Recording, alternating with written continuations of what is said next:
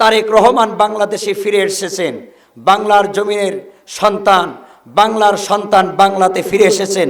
আমরা তার জন্য দোয়া করি। আল্লাহ পাক দল মত নির্বিশেষে সকলকে মিলে আল্লাহ পাক তার দ্বারা ইসলামের কিছু কাজ করবার জন্য তৌফিক ইনায়াত করুক। আল্লাহুম্মা আমিন। বাংলার সন্তান বাংলায় ফিরবে, আমাদের কোনো আপত্তি নেই, কিন্তু আপত্তি একটি জায়গায় মুসলমানের থাকা দরকার। কোন নেতা নেতৃত্বের দ্বারা যদি ইসলামের ক্ষতি হয়, কোরআনের ক্ষতি হয়, হাদিসের ক্ষতি হয়, ইসলামের ক্ষতি হয়, কোরআনের ক্ষতি হয়, রাসূলের ক্ষতি হয়, বরদাস্ত করব না বাংলার জমিনের মানুষ। কথা বলেন ঠিক কিনা? তারেক রহমানের সাথে তখনই আমরা থাকব যখন দেখব আমাদের সকলকে মিলে, সকল ধর্ম কর্ম নির্বিশেষে সকলকে মিলে ইসলাম এবং দ্বীনের কাজ করেছে। ইসলাম এবং আলেম ওলামাকে নিয়ে কাজ করছে, মসজিদ মাদ্রাসা নিয়ে কাজ করছে, ইসলামের কাজ করছে, দ্বীনের কাজ করছে, কোরআনের কাজ করছে, আল্লাহ এবং আল্লাহ রসুলের হুকুম মতো চলছে। তাহলে তারেক রহমানের সাথে থাকতে আমাদের কোনো আপত্তি থাকার কথা না। কথা বলেন ঠিক কিনা? এই জন্য বলছিলাম, আমি কোনো দল করি না। যারা 16টি বৎসর এই কোরআনের বিরোধিতা করেছে তারা এই পৃথিবী থেকে নিশ্চিহ্ন হয়ে গিয়েছে। শুধুমাত্র বদরের ময়দানের মতো যুবক টকবকে 313 জনের বদলেতে সারা পৃথিবীতে মুসলিম জাতির মধ্যে সারা পৃথিবীতে ইউনিভার্সিটির ছাত্র, মাদ্রাসার ছাত্র, মসজিদের ইমাম, মসজিদের খতিব, মাদ্রাসার হুজুর, মাহতামিম, এই 313 জনের মতো মুজাহিদের মতো বাংলার জমিনে সহচরে যখন নামলো তখন স্বৈরাচার বাংলাদেশ থেকে পালাতে বাধ্য হলো। কথা বলেন ঠিক কিনা? এই জন্য আমি আপনাদেরকে বলছিলাম তারেক রহমান বাংলাদেশে ফিরেছে, আমাদের কোনো আফসোস নাই। এখানে আবার আরেক দল বাধা দিচ্ছে যে তারেক রহমানকে ফাঁসি দেওয়া হবে, গুলি করা হবে, অনেক কিছু করা হবে। আমার কথা হলে তারেক রহমানের যত নিরাপত্তার দায়িত্ব নিতে হয় আমরা বাংলার জমিনের মানুষ, বাংলার আবাল বৃদ্ধ বনিতা, কৃষক, শ্রমিক এবং ড্রাইভার, ইমাম, মুয়াজ্জিম সকলেই তারেক রহমানকে নিরাপদ দিতে চাই। যদি আমাদের কোরআনের পক্ষে থাকে, ইসলামের পক্ষে থাকে তাহলেই নিরাপদ দেব। আর যদি কোরআনের বিপক্ষে যায়, ইসলামের বিপক্ষে যায়, বাংলার জমিনের মানুষ তারেক রহমান কেন কোন নেতাকে নিরাপদ দিতে রাজি না। না না, কথা বলেন ঠিক কিনা? আল্লাহ পাক কোরআনুল কারীমের ভেতরে ঘোষণা দিয়েছে, মাথার চুল থেকে শুরু করে পায়ের তালু পর্যন্ত জীবনের ভেতরে কোরআনটারে সিটিং এবং ফিটিং করে নিতে পারবে। আল্লাহ পাক বলে তাদের মাঝখানে একটা দেওয়াল আছে, সেটা হলে মৃত্যু দেওয়াল। মৃত্যু হয়ে গেলেই সে জান্নাতে প্রবেশ করে নি। বলুন সুবহানাল্লাহ। তাহলে আমরা মানব কি? আচ্ছা, আমরা মানব কোরআন এবং যাব আমরা কোথায়? জান্নাতে। কথা বলুন, কোথায় যাব? আউযু বিল্লাহি মিনাশ শাইতানির রাজীম। বিসমিল্লাহির আরাআইতাল্লাযী ইউকাযযিবু বিদ্দীন ফাযালিকাল্লাযী ইয়াদুউল ইয়াতীম ওয়ালা ইয়াহুদ্দু আলা তুআমিল মিসকিন ফাওয়াইলুল লিল মুসাল্লিন আল্লাযীনা হুম আন সালাতিহিম সাহুন আল্লাযীনা হুম ইউরাউনা ওয়া ইয়ামনাউনাল মাউন।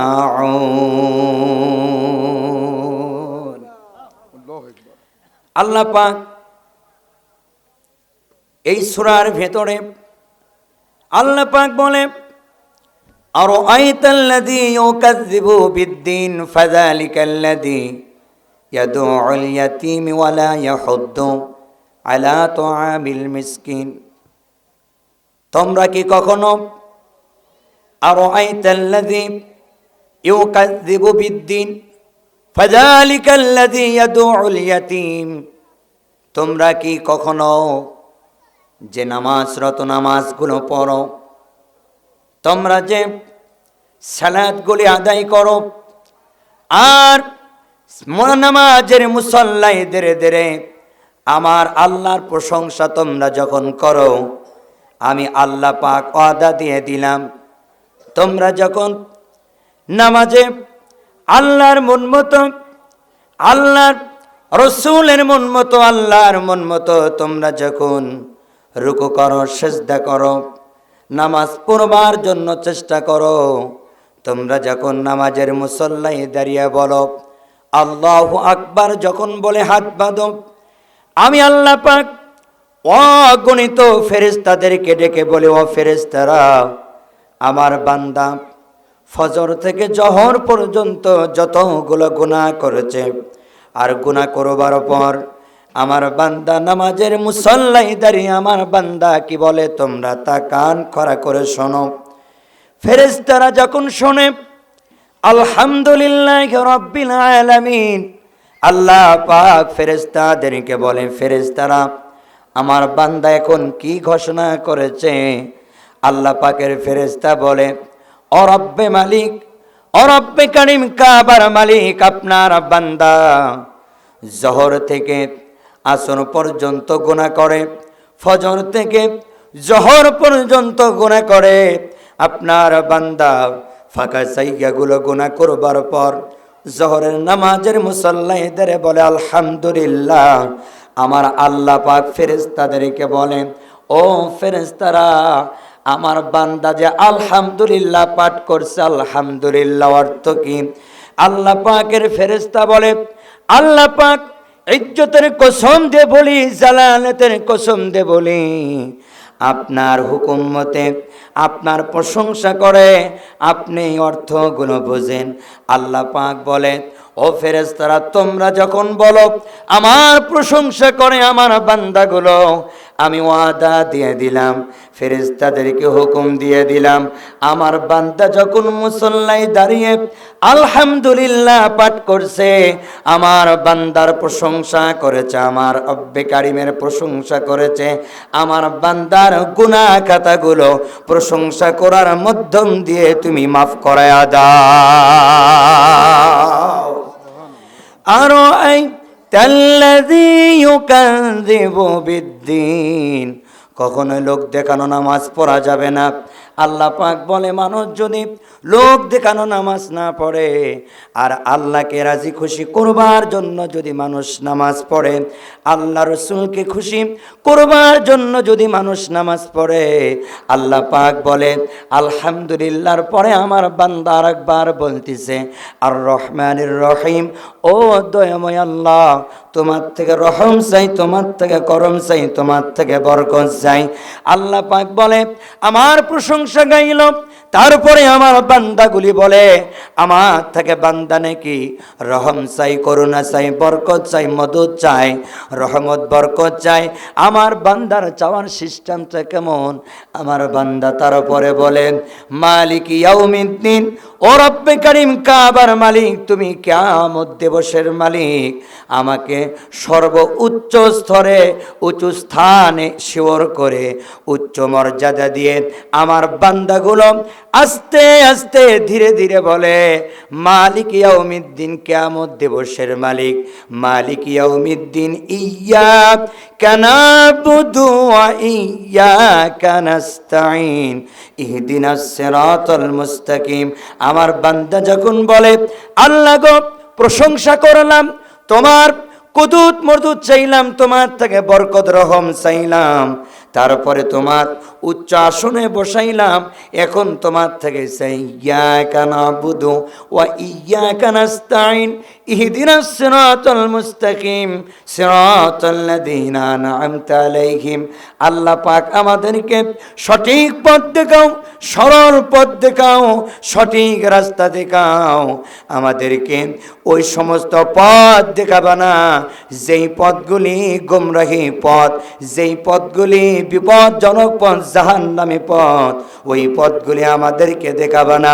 আল্লাহ পাক বলে, বান্দা যখন এই রকম করতে করতে 60টি আয়াত যখন শেষ করে শেষ পর্যায়ে বান্দা যখন পৌঁছায় যায়, বান্দা যখন বলে গায়রিল মাগদুবি আলাইহিম ওয়ালাদ-দাল্লিন, আল্লাহ পাকের কাছে বান্দা যখন বলে আল্লাহ পাক আমাদেরকে ওই পথেই পরিচালনা করবা না যেই পথে তোমার গুরমাহি পথ, যেই পথে তোমার জাহান্নামী পথ, আমাদেরকে ওই সঠিক পরিচালনা করো। আমি আল্লাহ পাকের বান্দা যখন সূরা ফাতিহার পর নামাজরতে দাঁড়ায়া বান্দা যখন বলে আল্লাহুম্মা আমিন, বান্দা যখন বলে, ফেরেশতা যখন আমিন বলে, আল্লাহ পাক বলে ওই দুইজনের আমিন শুনে আমি আল্লাহ পাক ওয়াদা দিয়ে দিলাম ওই মানুষটার যদি নামাজ আল্লাহকে রাজি খুশি করবার জন্য যদি নামাজ পড়তে থাকে আর পড়তে থাকে, আমি আমিন ঘোষণা করে দিয়ে আমি সমস্ত জিন্দাগির গুনাহ খাতাগুলো মাফ করায়া দে।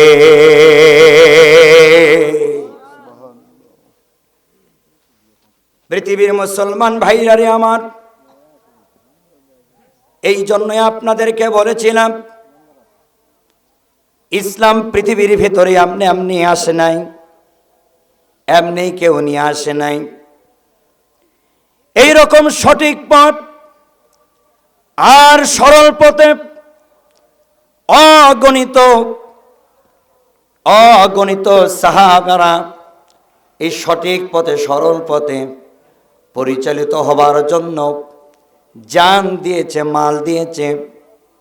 কারো বা স্ত্রী বিধবা হয়েছে, কারো বাবা সন্তান হারাইছে, কেউ বা সন্তান থেকে বাবা হারাইছে, কেউ বা মা হারাইছে, কেউ বা সন্তান হারাইছে।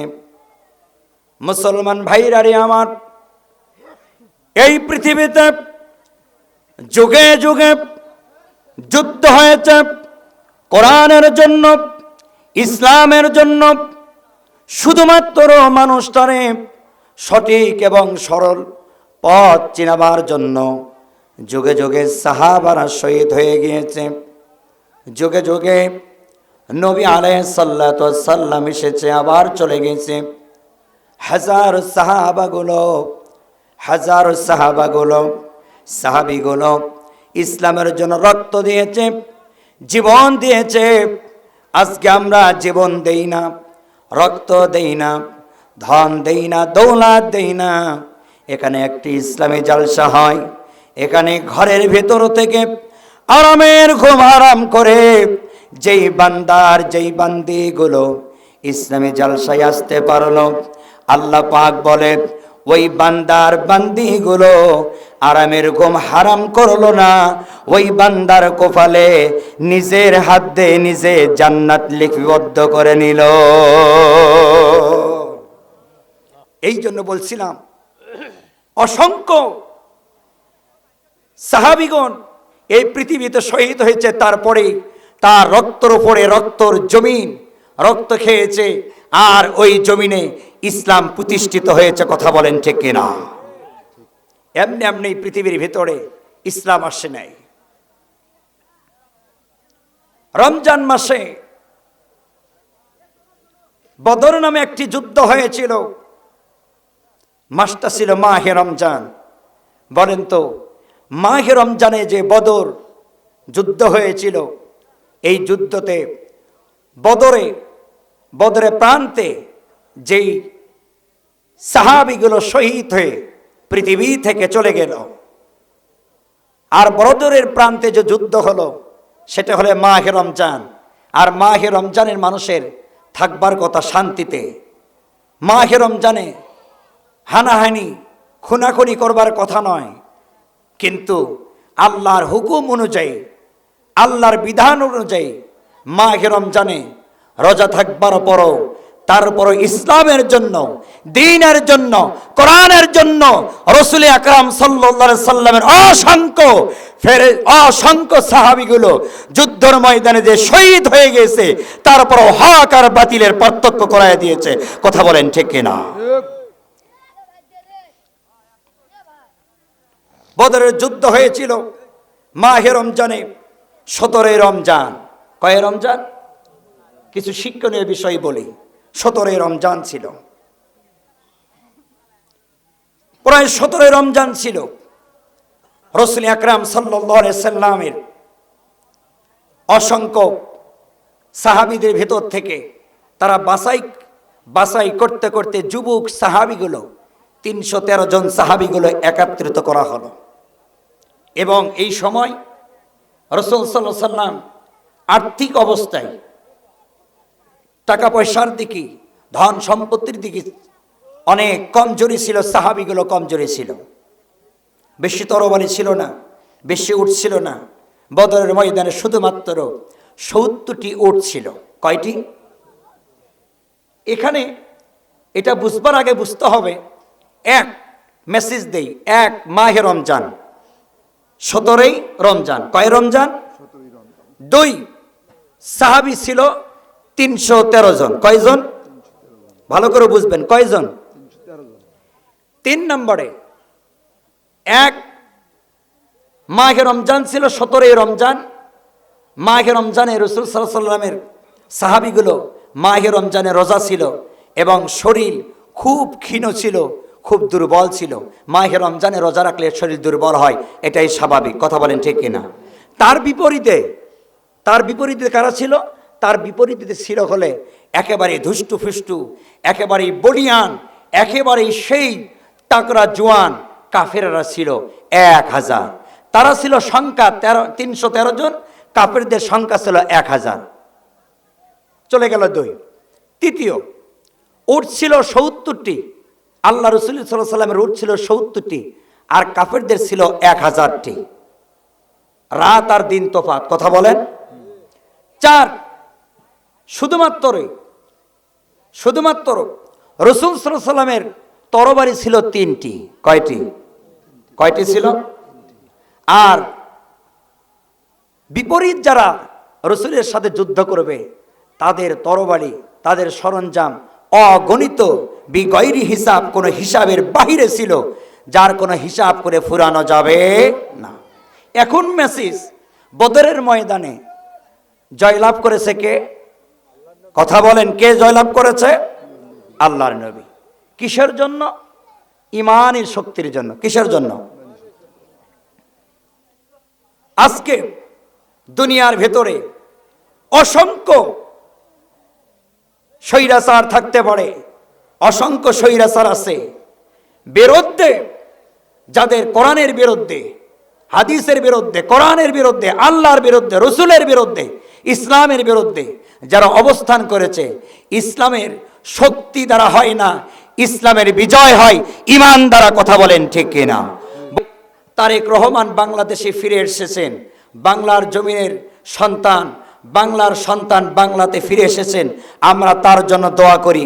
আল্লাহ পাক দল মত নির্বিশেষে সকলকে মিলে আল্লাহ পাক তার দ্বারা ইসলামের কিছু কাজ করবার জন্য তৌফিক ইনায়াত করুক। আল্লাহুম্মা আমিন। বাংলার সন্তান বাংলায় ফিরবে, আমাদের কোনো আপত্তি নেই, কিন্তু আপত্তি একটি জায়গায় মুসলমানের থাকা দরকার। কোন নেতা নেতৃত্বের দ্বারা যদি ইসলামের ক্ষতি হয়, কোরআনের ক্ষতি হয়, হাদিসের ক্ষতি হয়, ইসলামের ক্ষতি হয়, কোরআনের ক্ষতি হয়, রাসূলের ক্ষতি হয়, বরদাস্ত করব না বাংলার জমিনের মানুষ। কথা বলেন ঠিক কিনা? তারেক রহমানের সাথে তখনই আমরা থাকব যখন দেখব আমাদের সকলকে মিলে, সকল ধর্ম কর্ম নির্বিশেষে সকলকে মিলে ইসলাম এবং দ্বীনের কাজ করেছে, ইসলাম এবং আলেম ওলামাকে নিয়ে কাজ করছে, মসজিদ মাদ্রাসা নিয়ে কাজ করছে, ইসলামের কাজ করছে, দ্বীনের কাজ করছে, কোরআনের কাজ করছে, আল্লাহ এবং আল্লাহ রসুলের হুকুম মতো চলছে। তাহলে তারেক রহমানের সাথে থাকতে আমাদের কোনো আপত্তি থাকার কথা না। কথা বলেন ঠিক কিনা? এই জন্য বলছিলাম, আমি কোনো দল করি না। যারা 16টি বৎসর এই কোরআনের বিরোধিতা করেছে তারা এই পৃথিবী থেকে নিচ্ছিন্ন হয়ে গিয়েছে। শুধুমাত্র বদরের ময়দানের মতো যুবক টকবকে 313 জনের বদলেতে সারা পৃথিবীতে মুসলিম জাতির মধ্যে সারা পৃথিবীতে ইউনিভার্সিটির ছাত্র, মাদ্রাসার ছাত্র, মসজিদের ইমাম, মসজিদের খতিব, মাদ্রাসার হুজুর, মাহতামিম, এই 313 জনের মতো মুজাহিদের মতো বাংলার জমিনে সহচরে যখন নামলো, তখন স্বৈরাচার বাংলাদেশ থেকে পালাতে বাধ্য হলো। কথা বলেন ঠিক কিনা? এই জন্য আমি আপনাদেরকে বলছিলাম, তারেক রহমান বাংলাদেশে ফিরেছে, আমাদের কোনো আফসোস নাই।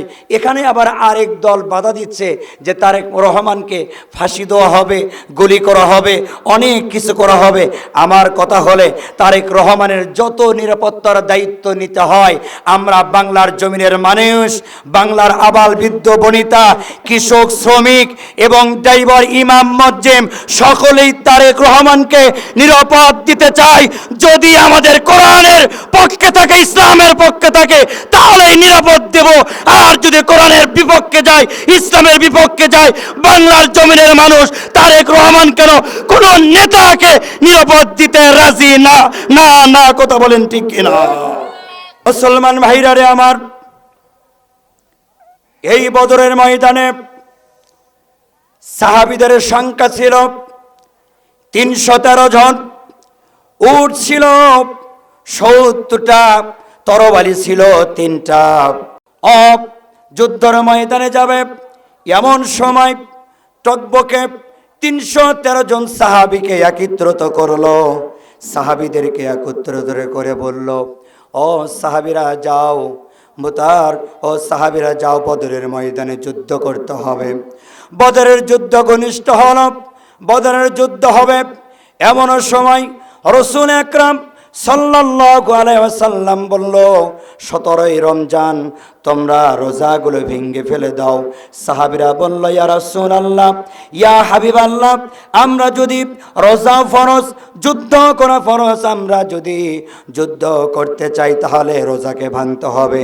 আর রোজা যদি না ভেঙে তাহলে যুদ্ধই সঞ্চয় করতে পারবো না, শক্তি সঞ্চয় করতে পারবো না। আমরা অনেক সাহাবীগুলো আছি, রোজাও রাখবো, যুদ্ধের ময়দানে যে যুদ্ধ করব। রাসূল আকরাম সাল্লাল্লাহু আলাইহি ওয়াসাল্লাম ওই সাহাবীদেরকে বলল, সাহাবীরা তোমাদের আজকে রোজা রাখতে হবে না। রাসূল সাল্লাল্লাহু আলাইহি ওয়াসাল্লাম সর্বপ্রথমে সাহাবীর সামনে মুখে খাবার দিল আর বলল, সাহাবীরা আমি আল্লাহ রাসূল হয়ে আমি রোজা ভেঙে ফেলে দিলাম, তোমরাও রোজা ভাঙো, রোজা তোমাদের থাকতে হবে না। আজকে 17ই রমজান যুদ্ধ করে বাপের বিরুদ্ধে যুদ্ধ করতে হবে, সন্তানের, চাচার বিরুদ্ধে যুদ্ধ করতে হবে ভাতিজার, এবং সন্তানের বিরুদ্ধে যুদ্ধ করবে বাবা, বাবার বিরুদ্ধে যুদ্ধ করবে সন্তান। এই রকম একটি বদর যুদ্ধ হয়ে যাবে। 17ই রমজান যুদ্ধ শুরু হয়ে গেল। আল্লাহ রাসূল সাল্লাল্লাহু আলাইহি ওয়াসাল্লাম বলল, ও সাহাবীরা আজকে যুদ্ধ করা ফরজ আর মাহে রমজানে রোজা রাখাও ফরজ, কিন্তু আজকে দিনের জন্য 17ই রমজানের জন্য, 17ই রমজানের জন্য আল্লাহর পক্ষ থেকে ফয়সালা, আজকে ফরজটুকু কাটায় দিয়ে মাহে রমজানের রোজাটুকু ভাঙ্গায় ফেলে দিয়ে ফরজকে তরফ করে আজকে যুদ্ধর ময়দানের জন্য ঝাঁপিয়ে পড়তে হবে। যুদ্ধর ময়দানই আজকে তোমাদের জন্য উচ্চ ফরজ। তাহলে মুসলমান ভাইরারে আমার, এ দ্বারা বোঝা যায় ইসলামের জন্য, দ্বীনের জন্য, কোরআনের জন্য, আল্লাহর জন্য, রসুলের জন্য কোনো যদি নামাজ ত্যাগ করতে হয়, ফরজ যদি ত্যাগ করতে হয়, তবুও ত্যাগ করতে হবে। কিন্তু কোরআনের জন্য, ইসলামের জন্য ওই ফরজ ত্যাগ করে কোরআনের জন্য জীবন দিবার জন্য, যুদ্ধ করার জন্য আমাদের সকলেরই প্রস্তুত থাকতে হবে। কথা বলেন ঠিক কি না? তাহলে আজকে মাহে রমজানের 17ই রমজান ভেঙ্গে ফেলে দিল রোজা। রোজা ফরজ ছিল, ভেঙ্গে ফেলে দিয়ে যুদ্ধের ময়দানে ঝাঁপিয়ে পড়লো।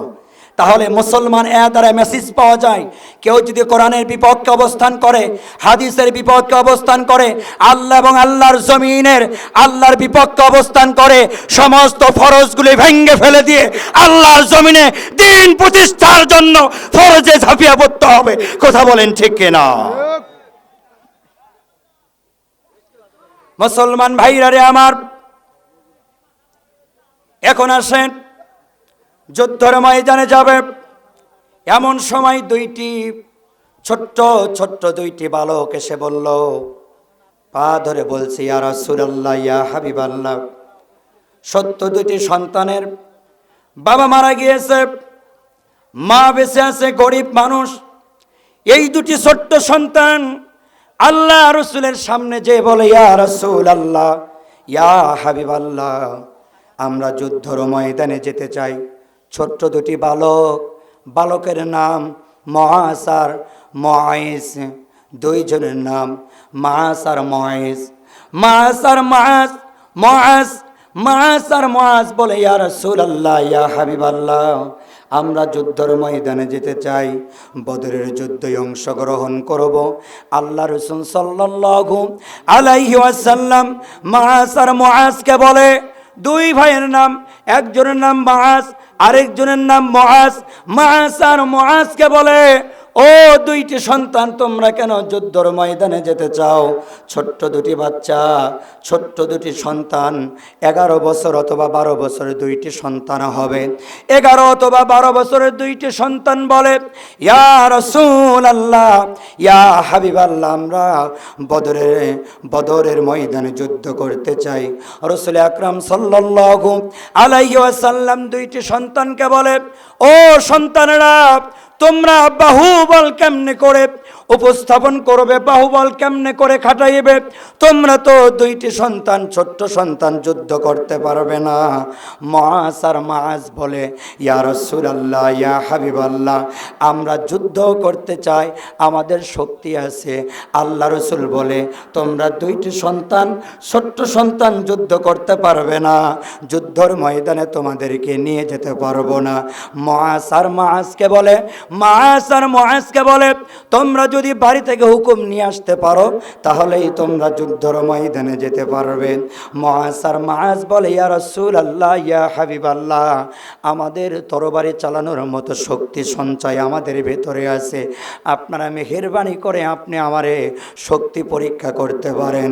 মুআজ আর মুআজকে বলল, ইয়া রাসূলুল্লাহ, ইয়া হাবিবাল্লাহ, আমরা যুদ্ধ করতে পারবো। মুআজ আর মুআজকে বলে, তোমাদের দুই ভাইকে নেওয়া যাবে না। এক ভাই যদি যুদ্ধের ময়দানে যেতে চাও, বড় ভাই যেতে পারো, মুআজ যেতে পারবে, মুআজ তুমি যেতে পারবে না। ছোট্ট সন্তান, ছোট্ট ভাই বলে, ও ভাই, আল্লাহ রাসূলকে বলো, আমাদের দুইজনের মধ্যে যদি একটু কুস্তি লাগায়া দেয়, কুস্তি লাগায়া যদি শক্তি যার বেশি হবে, সেই যুদ্ধের ময়দানে যেতে পারবে।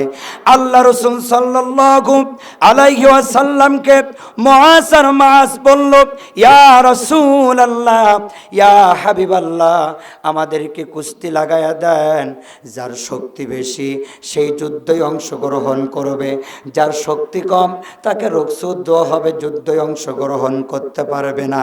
আল্লাহ রাসূল সাল্লাল্লাহু আলাইহি ওয়াসাল্লাম মুআজ আর মুআজকে বলল, যাও তোমরা দুই ভাই, কুস্তি লড়া শুরু হয়ে গেল। কুস্তি যখন লড়া শুরু হয়ে গেল, মুআজ বড় ভাই ছোট্ট ভাইকে জমিনের মধ্যে ধরাশায়ী করে বুকের উপর চাপটি ধরে বলল, ইয়া রাসূলুল্লাহ, ইয়া হাবিবাল্লাহ, আমি মুআজ বড় ভাই, আমার ছোট ভাই আমার নিচে পড়ে আছে, জমিনে ধরাশায়ী হয়ে পড়ে আছে, আমার মুআজ যুদ্ধের ময়দানে যেতে পারবে না, আমি মুআজ যুদ্ধের ময়দানে যেতে পারবো। মুআজ নিচ থেকে কান ধরে টেনে টেনে বলে, ও বড় ভাই, একসঙ্গে ঘুমাইছি, একই সঙ্গে খেয়েছি, একই সঙ্গে পৃথিবীর ভেতরে বিছানায় ঘুমাইছি, একই সঙ্গে খেয়েছি, একই সঙ্গে চলেছি। মেহেরবানি করে কানে কানে কথা বলি ভাই, চুপটি করে শোনো। যুদ্ধের ময়দানে যদি যেতে হয়, দুই ভাই একসঙ্গে যাব। একসঙ্গে ছাগল চড়াইছি, একসঙ্গে একই প্লেটে খেয়েছি, একসঙ্গে একই সঙ্গে খেলাধুলা করেছি। যুদ্ধের ময়দানে গেলে দুইজনই আমরা যুদ্ধের ময়দানে যাব। তুমি মাছ একা একা যেতে পারবে না। মাছ ছোট মানুষ কানে কানে বলে ভাই তুমি তো আমার ভাই, তুমি বড় ভাই হয়ে শহীদ হয়ে দুনিয়ার থেকে বিদায় নিয়ে চলে যাবে, জান্নাতের সার্টিফিকেট পাবে। আমি মুআজ ছোট ভাই জান্নাতের সার্টিফিকেট পাবো না। আমি তোমার কানে কানে যেই কথাগুলি বলি, কথাগুলি শোনো। মুআজ বলে ও বড় ভাই, মাছ বড় ভাই, তোমার কানে কানে আমি বলে দিলাম শক্তিটুকু একটু কমায় নাও। আমি এইবার কুস্তি লড়াইয়া তোমাকে জমিনে ধরাশায়ী করে ফেলে দিব, বুকের উপর চাপটি করে বসবো। আল্লাহ রসুল জানি বোঝে আমি ছোট হলেও আমার শক্তি বড় ভাইয়ের মতনই। আমরা দুই ভাই জানি যে আবু জেহেলকে শেষ করে দুনিয়া থেকে আমরা জানি বিদায় নিতে পারি।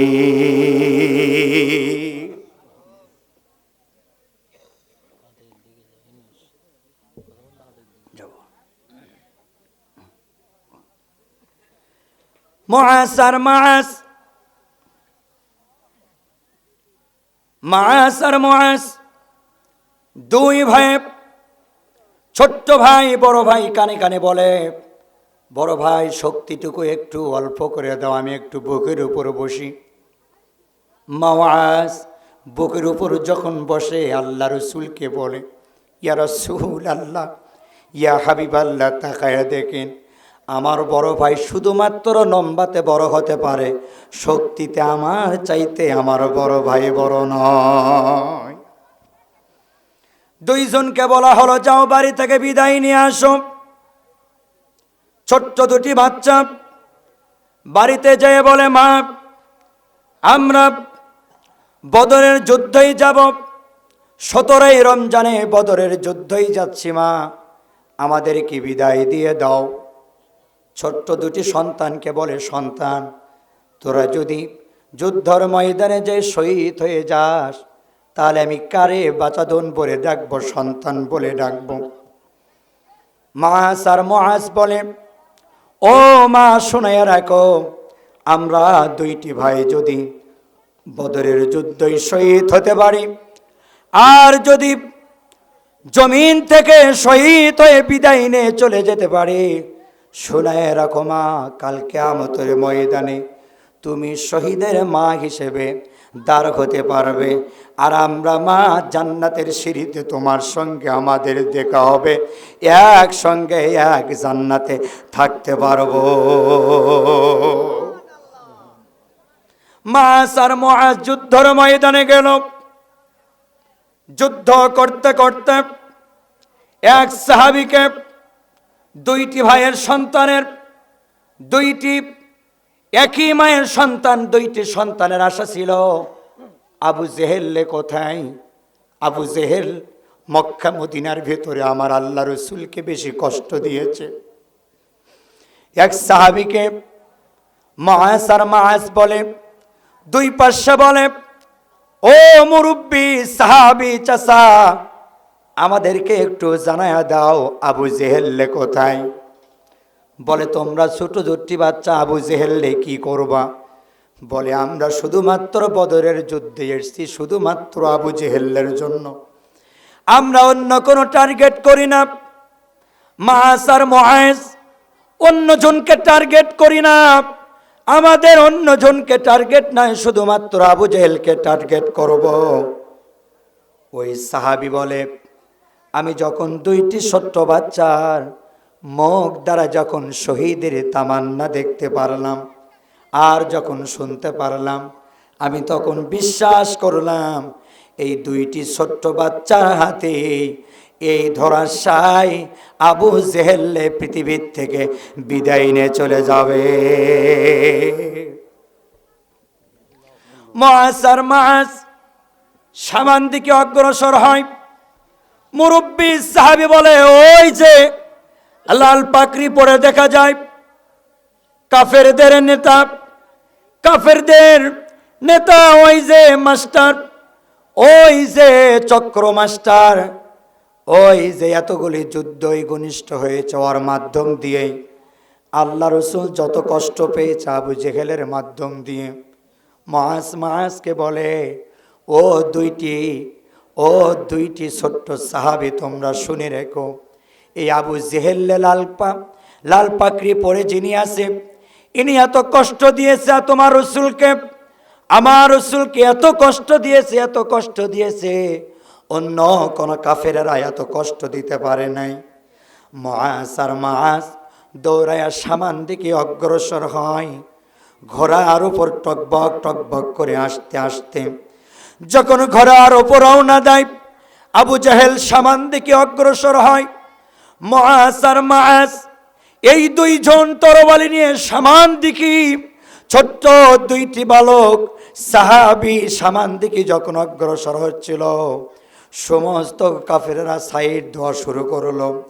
আর বলা হলো, এই ছোট্ট দুইটা বাচ্চা আমাদের লিডারের কিছু করতে পারবে না, তোমরা লিডারের সামনে যাইতে দাও ছোট্ট বাচ্চারে, তোমরা এই দুইটি ছোট্ট বাচ্চারে বারণ করো না, তোমরা কোনো ক্ষতি করো না। আমি মাস দুইটি ছোট্ট বালক সাহাবী আমার নেতাদের সাথে খেলবে, আর আমরা ধ্বংস করব, অন্য সাহাবীদেরকে আমরা কতল করে ফেলে দিব। মাস সামান দিকে অগ্রসর হলো। পিছনে এক পাশে, পিছনে এক ভাই গেল, সামনে এক ভাই। আবু জেহেল বলে, মাসকে বলে, ও মাস, তোমরা কি করবা? তোমরা কি আমার সঙ্গে যুদ্ধ করে পারে উঠতে পারবা? মাস বলে, আমরা যুদ্ধ করতে এসেছি শুধুমাত্র তুমি আবু জেহেলের জন্য, আর কারো জন্যই আসি নেই, তুমি সব চাইতে আমাদের এক নাম্বার টার্গেট। মাসকে বলল, ভাই তুমি পিছন থেকে তুমি আক্রমণ করবা, আমি সামান থেকে আক্রমণ করব। মাসকে বলে, যাও পিছনে চলে যাও। দুই ভাই দুই দিক থেকে আক্রমণ যখন শুরু করলো, আবু জেহেলে ঘোড়ার ওপর বেশে একের পর এক দৌড়াতে মাসকে শরীর যখন ক্লান্ত হয়ে যায়, ছোট্ট দুইটি বাচ্চা আবু জেহেলের পায়ে তরবারি লাগাইতে পারে না, ঘাড়ে তরবারি লাগাইতে পারে না।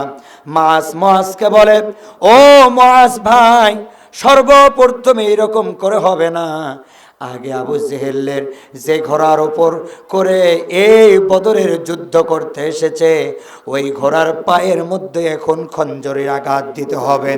সঙ্গে সঙ্গে ছোট্ট ভাই মুআজ সঙ্গে ঘোড়ার পিঠে, ঘোড়ার পায়ের মধ্যে যখন আঘাত করলো, মুখ থুপড়ে বদরের ময়দানে পড়ে গেল।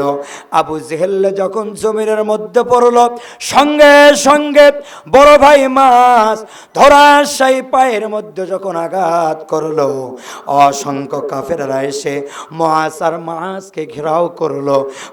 মাসকে যখন ঘেরাও করলো, মাস বলে, আমাদের দুই ভাইয়ের আশা ছিল আবু জেহেল দুনিয়া থেকে বিদায় করে দিয়ে দিব, কিন্তু আমরা দুই ভাই আবু জেহেল আঘাত করতে পেরেছি, সে মরুক আর না মরুক, আমরা যে আঘাত করতে পেরেছি, আমাদের জীবন এবং আমাদের হায়াত, আমাদের সৃষ্টি, আমাদের জীবন এবং হায়াত সকল সফল হয়ে গিয়েছে।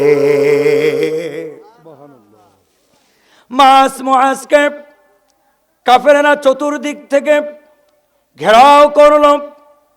হাদিসের মধ্যে এসেছে, মাস যখন ডান হাত দিয়ে আবু জেহেল আঘাত করতে শুরু করলো, এমন সময় কাফেররা এসে ডান হাতের মধ্যে একটা তরবারি দিয়ে আঘাত করলো। মাস বাম হাতে তরবারি নিল। এই যুদ্ধর ঢাল আর তরবারি নিয়ে সামান দিকে অগ্রসর হয়। মাছ যখন সামান দিকে অগ্রসর হয়, হাদিসের মধ্যে এসেছে মাছ যখন সামান দিকে অগ্রসর হয়, তরবারি যখন চালানো শুরু করে দেয়, এই ডান হাত এসে বাম হাতের সাথে বাড়ি খায়। হাদিস দেখলাম, হাদিস পড়লাম, মাছের ডান হাত যখন যুদ্ধ করার জন্য অসুবিধা হয়ে গেল, হাদিসের মধ্যে বর্ণনা করে লেখক তাফসীর কারক লেখে, এই মাছ বাম হাতে তরবারি নিয়ে যখন আঘাত করা শুরু করে দেয়, ডান হাত এসে বেরি খায় বাম হাতের সঙ্গে। মাছ সঙ্গে সঙ্গে নিজের হাতটুকু মাছ নিজের পায়ের নিচে ফেলে ত্রাস করে একটা টান দেয়, ধর থেকে নিজের হাতটুকু ছিঁড়ে ধর থেকে জমিনের মধ্যে আলাদা হয়ে যায়। মাছ সামান থেকে অগ্রসর হয়, কাফেরেরা বাম হাতের মধ্যে আঘাত করে। বাম হাতের মধ্যে যখন আঘাত করে, সঙ্গে সঙ্গে বাম হাতটুকু ধর থেকে আলাদা হয়ে যায়। মাছ মুখ থুপড়ে বদরের ময়দানে পড়ে গেল। কাফেররা এসে মাছের কল্লার মধ্যে যখন আঘাত করে, ধর থেকে কল্লাটুকু 10 থেকে 15 হাত পর্যন্ত আলাদা হয়ে যায়।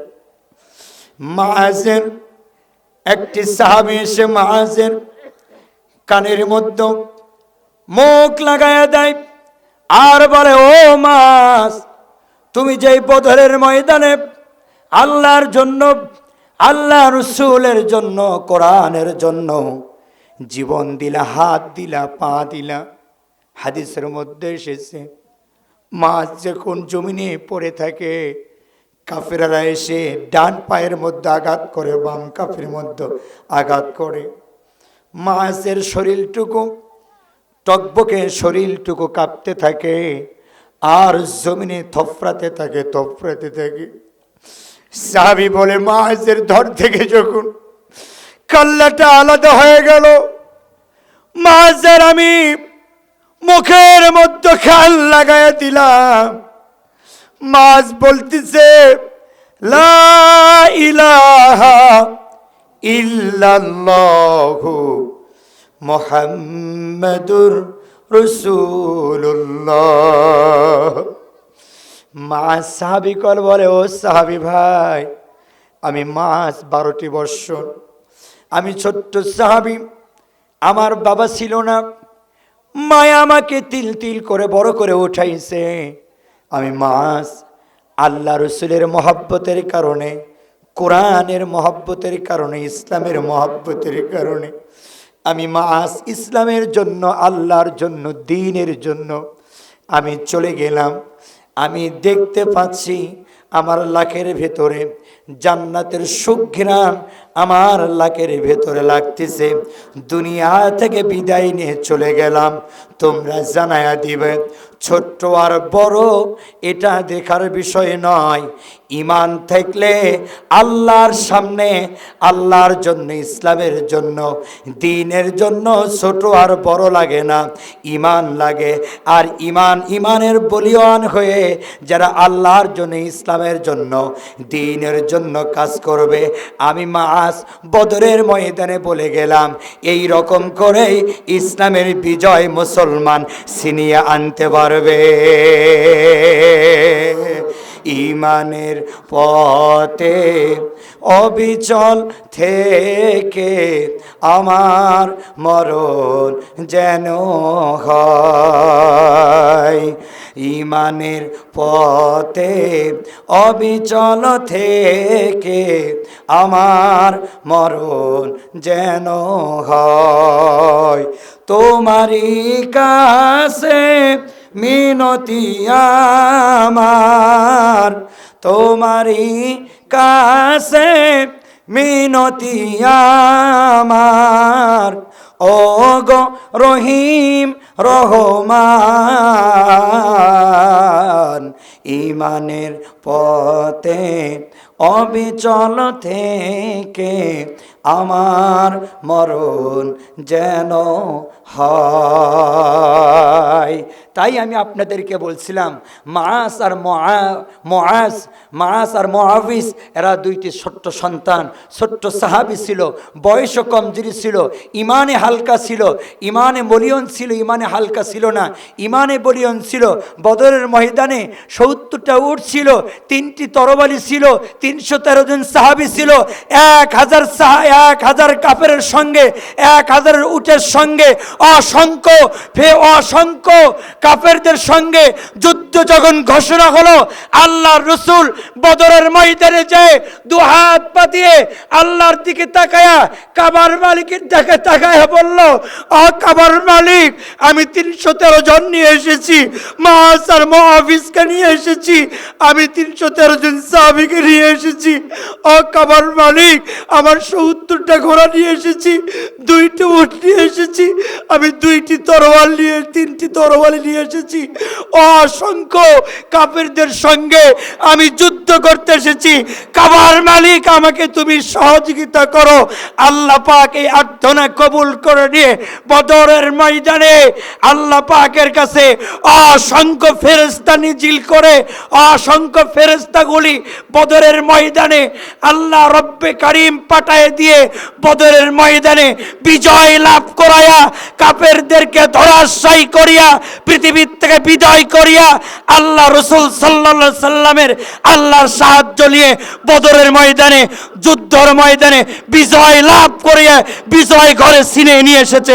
কথা বলেন ঠিক কিনা? ও পৃথিবীর মুসলমান ভাইরা রে আমার, আজকে তারেক রহমান বাংলার জমিনে এসেছে, অসংখ্য ভোটের অগণিত হয়ে হয়তোবা সংসদে যাবে।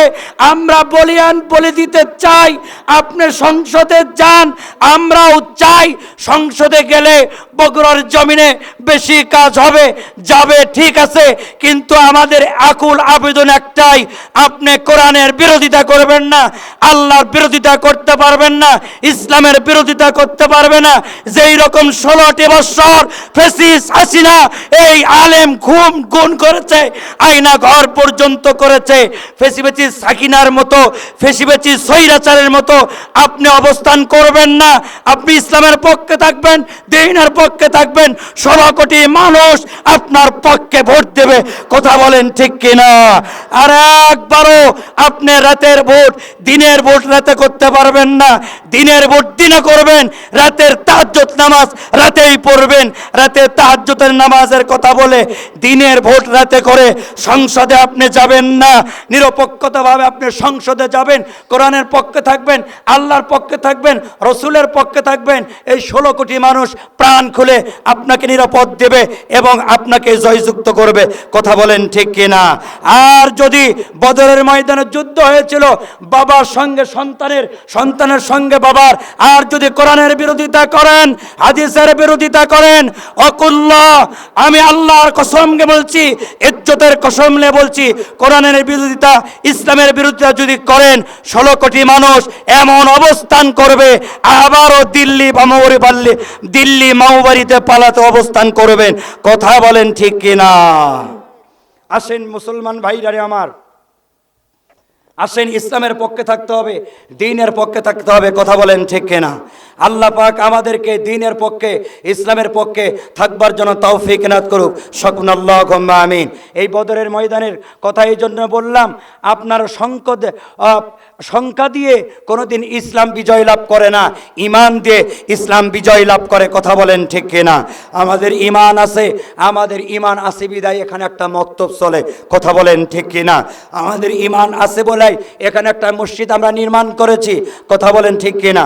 আমাদের যেহেতু ইমান আছে, সেই ইমানের ঘরে ইমানদারের খুঁটি দিতে হবে, মাগনা মানুষ এসে খুঁটি দেবে না। কথা বলেন ঠিক কিনা? আমি আপনাদেরকে দুহাত পাতায় দিব। আমি অনেক জায়গায় দোয়া করি, আপনাদের জন্য দোয়া করব। আসেন দিয়ে দন বুঝাই মন, কেড়ে নিতে কতক্ষণ, নদীর একুল ভাঙ্গে ওকুল করে, এই তো নদীর খেলা, সকালবেলার বাসারে তুই ফকির সন্ধ্যাবেলা। আমি একটা গজল গাইতে গাইতেই আপনারা চলে আসবেন ইনশাআল্লাহ।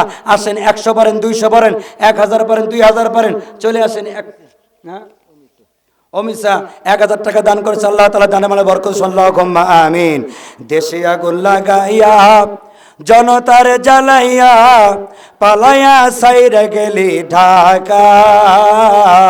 আসেন না কেন? আসেন, তাড়াতাড়ি আসেন। 100 টাকা, 200 টাকা, 300 টাকা, 1000, 2000, 4000 নিয়ে আসেন। গজল হইতে হইতেই আপনারা, ইসলামী গান হইতে হইতেই আপনারা নিয়ে আসবেন। দেশে আগুন লাগাইয়া জনতার জ্বালাইয়া পালাইয়া সাইরা গেলি ঢাকা। গণভবনটা এখন ফাঁকা ও বুবুরে, গণভবনটা এখন ফাঁকা। কথা বলেন ঠিক কিনা? ঠিক না?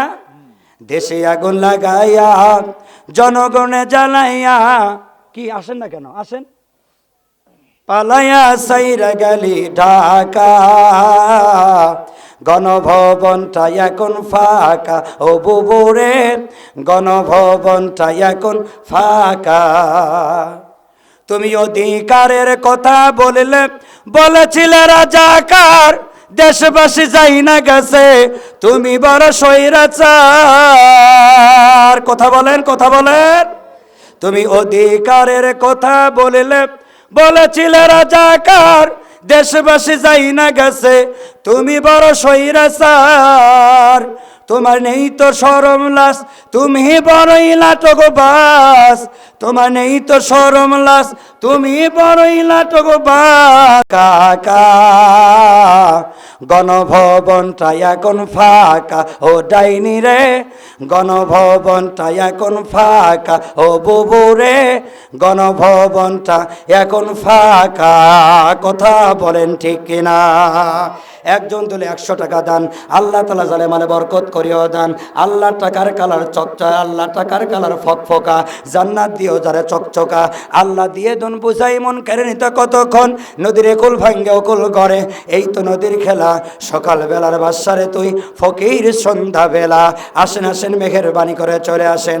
ও মা ও বোন, তোমাদের মুরগির ঘরে থেকে মুরগি নিয়ে আসো। ও মা ডিমের খাঁচা থেকে ডিম নিয়ে চলে আসো। আব্বা জানেরা, ভাই জানেরা, আপনার টাকা তাড়াতাড়ি জলদি নিয়ে আসেন। শয়তান আপনাদেরকে ওয়াসওয়াসা দিচ্ছে, টাকাগুলো মসজিদে দান দেওয়া হবে না, ইসলামী জলসায় দান দেওয়া হবে না। লিল্লাহে তাকবীর। আব্দুল সালাম হুজুর খালি 1000 টাকা উঠে পারে, চলে কি করবো এখন? আব্দুল সালাম হুজুর তারিখে দিবেন, দিবি তাকবীর দেন, তাহলে দিবি। লিল্লাহে তাকবীর। আল্লাহ বিল্লাহর কসম করে বলছি, 2 বার ভুলেতে বলছি। আমি ইচ্ছা করে বলি না, বলতে মানে ইচ্ছা করে এটা বলি আমি ইচ্ছা করে অনেক সময়, কিন্তু এটা আমি বলি নাই। উনি দেবে, এটা তাকবীর দেন। লিল্লাহে তাকবীর। আব্দুল সালাম হুজুর আমার ওস্তাদ সমতুল্য। ইনি অসংখ্য এখানে অনেক ছাত্রকে পড়াইছে, অনেক ছাত্র আলেম হয়েছে।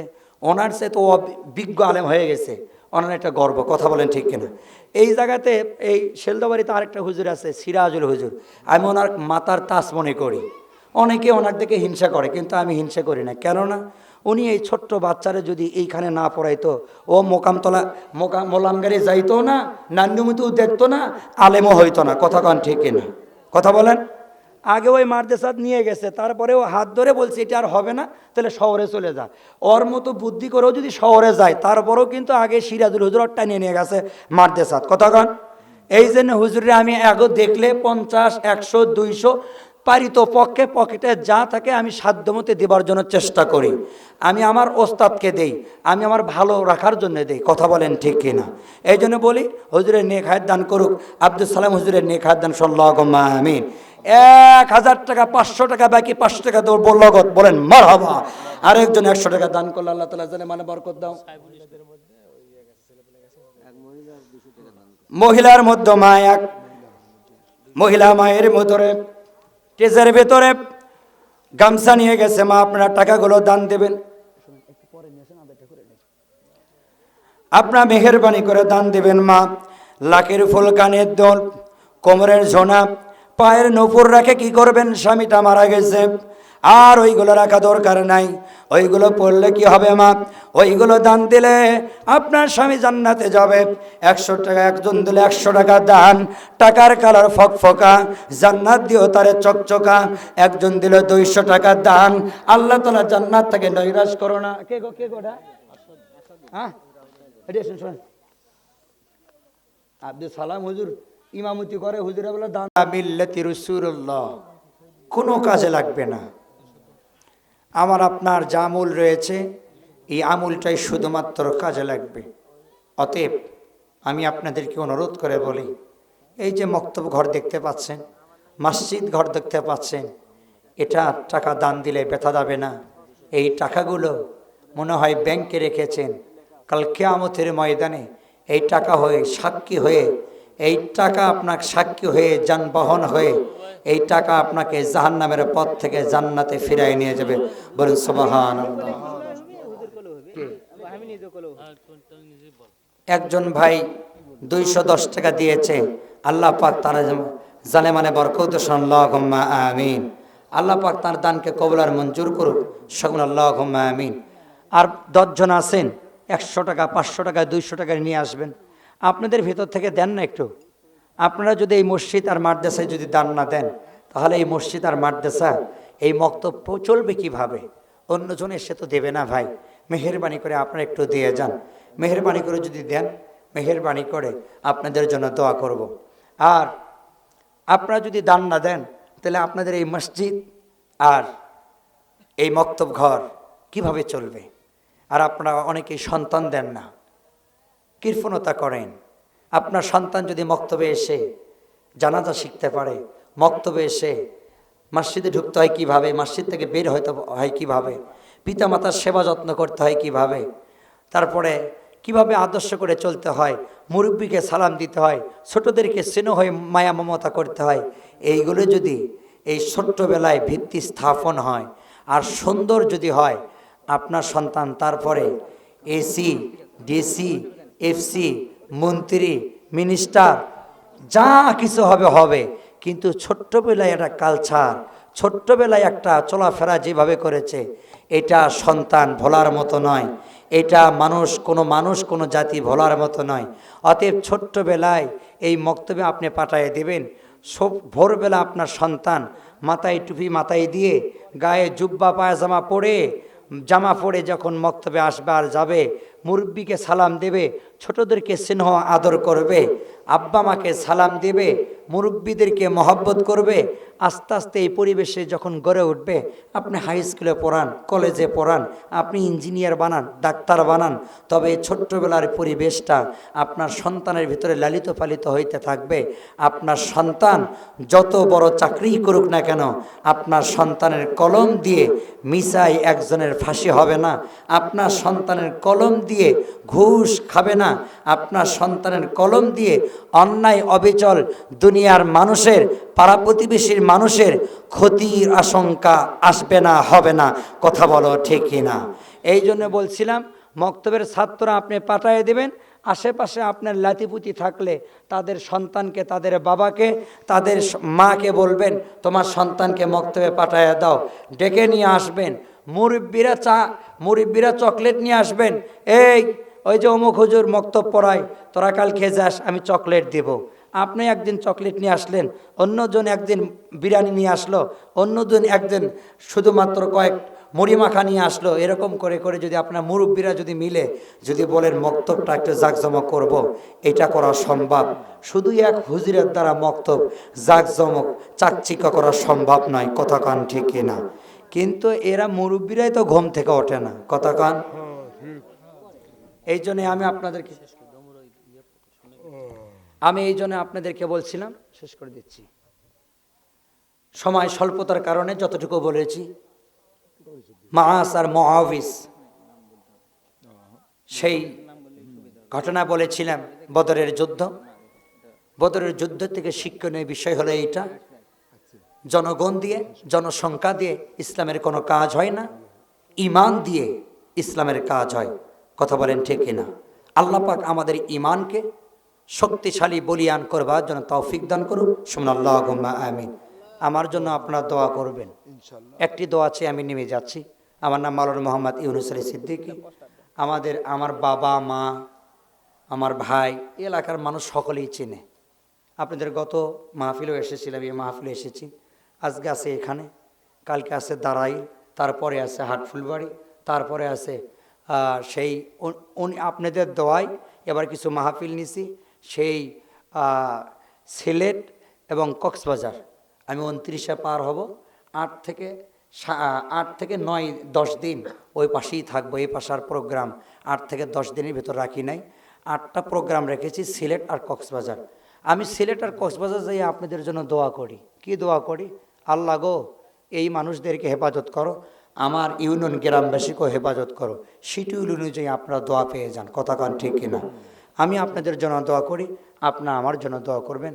আল্লাহ পাক আমাকে জানি কণ্ঠকা ভালো করার জন্য তৌফিক আল্লাহ জানি ভালো করাইয়া দেয়, এবং আল্লাহ পাক নেক হায়াত দান করে। মৃত্যু জানি কোনো এক সময় কোরআনের ময়দানে বয়ান করতে করতে মৃত্যু হয়, এই মৃত্যুটা আল্লাহ পাকের কাছে চাই, এবং শহীদি মৃত্যু চাই। আল্লাহ জানি কোনো একটা মিছিলের সামনে কাতারে দাঁড়ায়া, কোরআনের মিছিলের সামনের কাতারে দাঁড়ায়া আল্লাহ পাক জানি মৃত্যু দেয়। আল্লাহর কাছে এই প্রার্থনা রেখে, এই আকুল আবেদন রেখে আমি আমার সংক্ষিপ্ত বক্তব্য এটি করছি। আসসালামু আলাইকুম ওয়া রাহমাতুল্লাহি ওয়া বারাকাতুহু। কথা ভেতরে ভুল ত্রুটি হলে মাফ করে দেবেন, ক্ষমা করে দেবেন। আসসালামু আলাইকুম ওয়া রাহমাতুল্লাহি ওয়া বারাকাতুহু।